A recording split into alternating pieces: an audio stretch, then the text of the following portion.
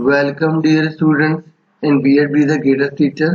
आज की जो मैं वीडियो लेकर आया हूँ पैडागोजी के ऑल सब्जेक्ट से रिलेटेड रहेगी, चाहे वो आपका मैथ का सब्जेक्ट है, इकोनॉमिक्स का है, कॉमर्स का है या हिंदी का है, किसी का भी सब्जेक्ट है। ये वही क्वेश्चन है जो सभी में आते ही आते हैं।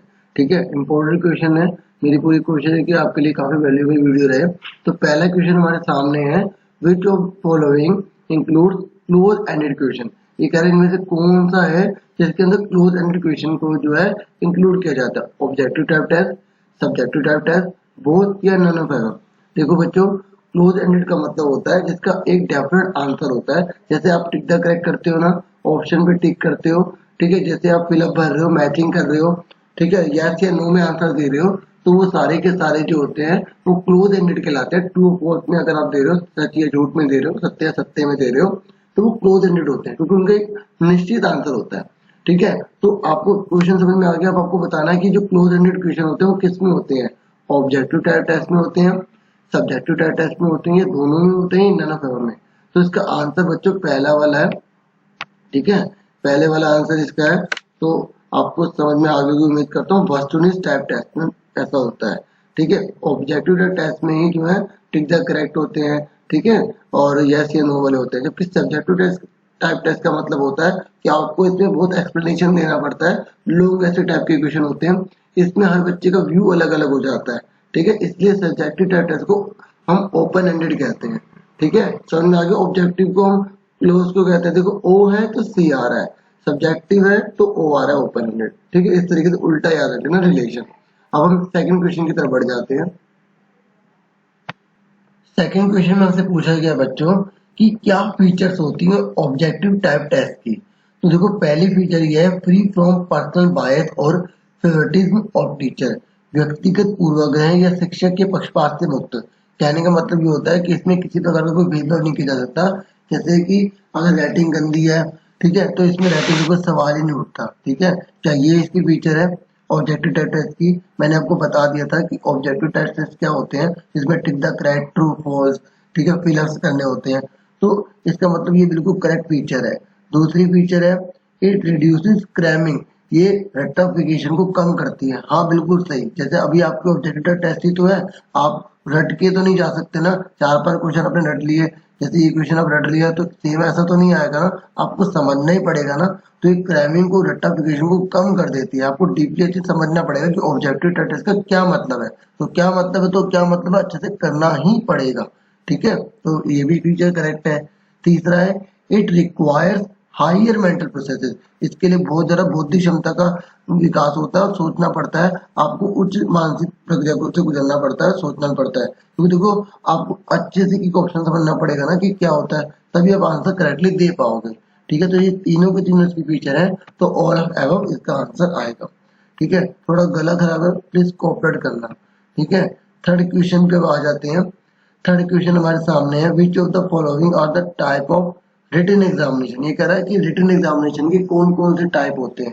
देखो बच्चों, रिटन एग्जामिनेशन का मतलब जिसे हम लिखते हैं अपनी कॉपी पर। ठीक है, तो इसमें कौन कौन से आते हैं, essay type question, short answer type question, objective type test. ठीक है, ये क्वेश्चन यहाँ पे कर लेना। ठीक है, तो देखो, रिटेन जब एग्जामिनेशन की बात हो रही है तो बच्चे सोचते हैं कि ऐसे टाइप और शॉर्ट आंसर टाइप होंगे, ऑब्जेक्टिव नहीं होंगे, क्योंकि उनके माइंड में ऑब्जेक्टिव को लेकर पता नहीं क्या होता है। वो सोचते हैं टिक द करेक्ट है, ट्रू फॉल्स है। तो क्या आप उसे कॉपी पर नहीं उतारोगे क्या, रिटेन है, लिखना पड़ रहा है ना। तो ऑब्जेक्टिव यानी कि जो आपके वस्तुनिष्ठ है, यहाँ पर वस्तुनिष्ठ आएगा। ठीक है, वस्तुनिष्ठ। ठीक है, तो वो क्या जो है वो नहीं होते, रिटेन हाँ होते हैं। तो तीनों के तीनों ही हमारा ये आंसर सही होगा, फोर्थ। समझ में आ गया आपको।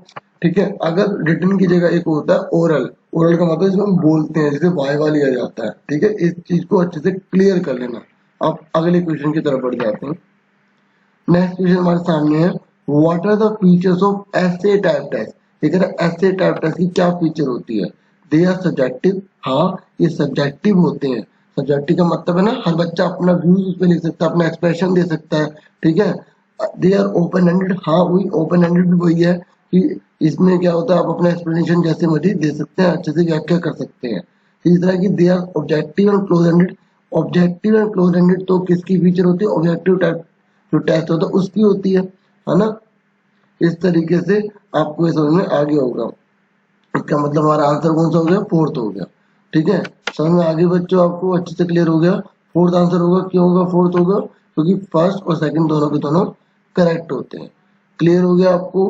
अब हम आगे की तरफ बढ़ जाते हैं। ठीक है, हिंदी मीडियम वाले भी अच्छे से समझते चले जाना। कोई डाउट हो तो प्लीज कमेंट बॉक्स में बता देना, मैं पूरी कोशिश करूंगा आपकी हेल्प करने की। ठीक है, अब हम आगे क्वेश्चन में बढ़ गए हैं। नेक्स्ट क्वेश्चन हमारे सामने है।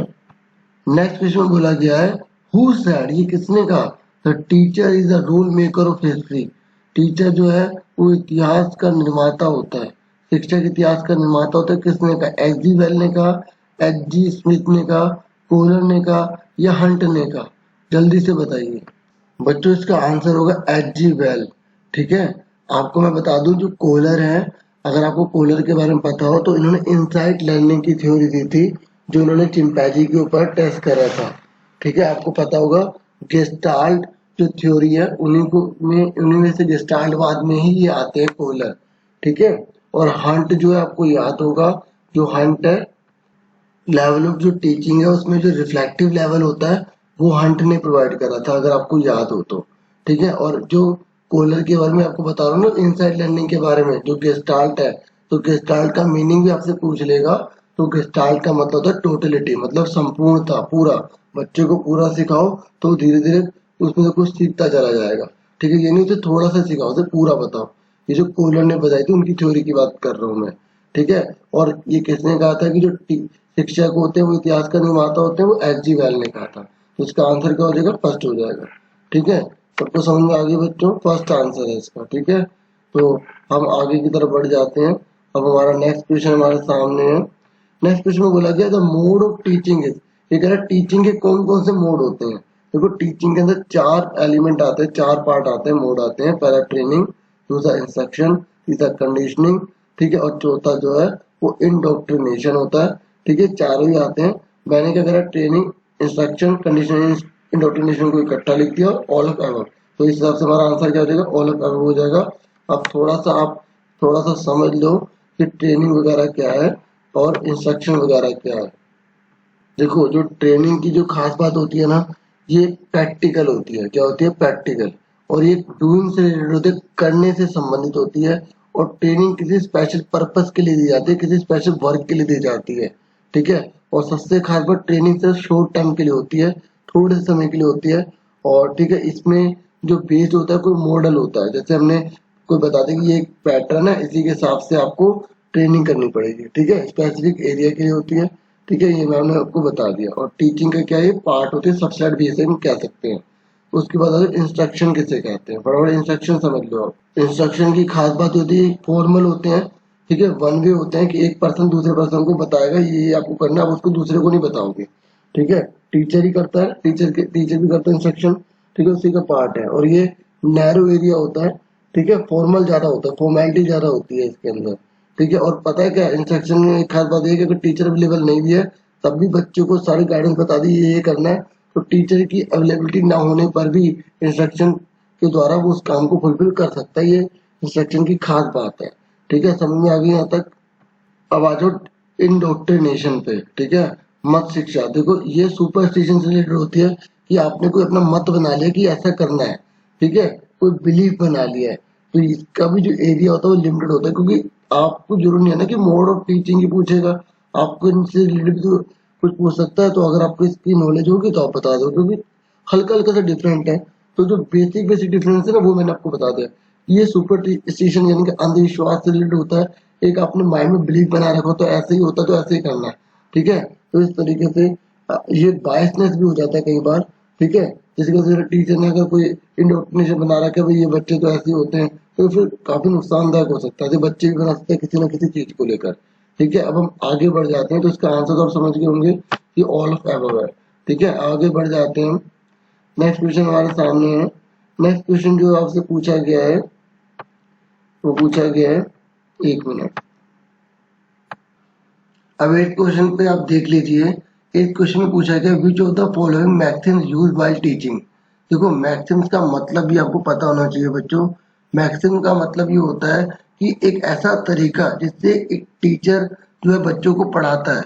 ठीक है, तो उसको मैक्सिम्स कहा जाता है। ठीक है, हिंदी में जो है वो सिद्धांत या सूत्र भी हम कह सकते हैं। ठीक है, मैंने इंग्लिश में लिखा, लेकिन थोड़ा कोऑपरेट करना प्लीज। ठीक है, तो मैक्सिम का मतलब समझ आ गया। अब आपको बताना है कि इनमें से कौन सा जो है करेक्ट है। देखो, मैक्सिम का मतलब समझ आ गया ना, वो तरीका जिसके द्वारा टीचर अपने स्टूडेंट्स को पढ़ाता है या पढ़ाना चाहिए, या लर्निंग किस तरीके से स्टार्ट की जाती है, उसे मैक्सिम्स कहा जाता है। ठीक है, वो कौन सा सिद्धांत है, तो मैं आपको बता दूं टीचर को कैसे पढ़ाना चाहिए। पहले टीचर को सिंपल चीजें करानी चाहिए, धीरे धीरे कॉम्प्लेक्स की तरफ जाना चाहिए। फ्रॉम नोन टू अननोन जाना चाहिए, मतलब कोई चीज बच्चा जानता है, फिर उसके बाद वो जो चीज नहीं जानता धीरे धीरे उस पर आना चाहिए। यानी पहले जो जानता नहीं है फिर उसको बता रहा है, मतलब नॉर्मली ये कहा जाता है। बाकी अलग अलग आपको पता ही होगा कि अलग अलग व्यक्ति आए हैं जिन्होंने अपने अलग अलग राय दी है। ठीक है, जो मैक्सिम्स है अब आपको बताना है इनमें से कौन सा करेक्ट नहीं है, सॉरी कौन सा करेक्ट है, और बाकी इसके मतलब 3 गलत है। आप ये दूसरा तो समझ गए होंगे बिल्कुल गलत है, क्योंकि यह कॉम्प्लेक्स से सिंपल की तरफ जा रहा है। ठीक है, तो और तीसरा वाला भी जो है वो गलत है, सिंथेसाइसिस टू एनालाइज जा रहा है। ठीक है, समझ में आई, तो ये भी गलत है। और डिडक्शन टू इंडक्शन जा रहा है, ये भी गलत है। ठीक है, इंडक्शन टू डिडक्शन जाना चाहिए हमें। ठीक है, थोड़ा सा यहाँ गलत हो गया है, थोड़ा सा आप इंग्लिश से थोड़ा कॉपरेट कर लेना प्लीज बच्चों, है ना। तो मैं आपको बता रहा था आपका जो आंसर है वो ये करेक्ट है, साइकोलॉजिकल टू लॉजिकल। मतलब कहने का ये होता है कि बच्चे के अंदर दिमाग में क्या क्या चीजें हैं पहले उसको समझना चाहिए, फिर उसके बाद उस बच्चे को बताना चाहिए नहीं बेटा ये ऐसे होता है, ये ऐसे होता है, इसका लॉजिक ये है, इसका लॉजिक है। पहले उसकी साइकोलॉजी के बारे में, उसकी दिमाग, उसकी शक्ति के बारे में जानना चाहिए बच्चे की, उसको कितना कितना आता है, उसके बाद हमें लॉजिकल की तरफ बढ़ना चाहिए। ये बिल्कुल करेक्ट है पहला, बाकी तीनों के तीनों गलत है। ठीक है, समझ में आ गई आपको। और अब हम आगे की तरफ बढ़ जाते हैं 9th क्वेश्चन की तरफ। 9th क्वेश्चन हमारे सामने है। ठीक है, 9th क्वेश्चन हमारे सामने है, what is the full form of CC. आपको सीसी की फुल फॉर्म बतानी है, तो इसमें मैं ज्यादा टाइम नहीं लूंगा। इसका फुल फॉर्म ये होता है कंटिन्यूअस एंड कॉम्प्रिहेंसिव इवेल्युएशन।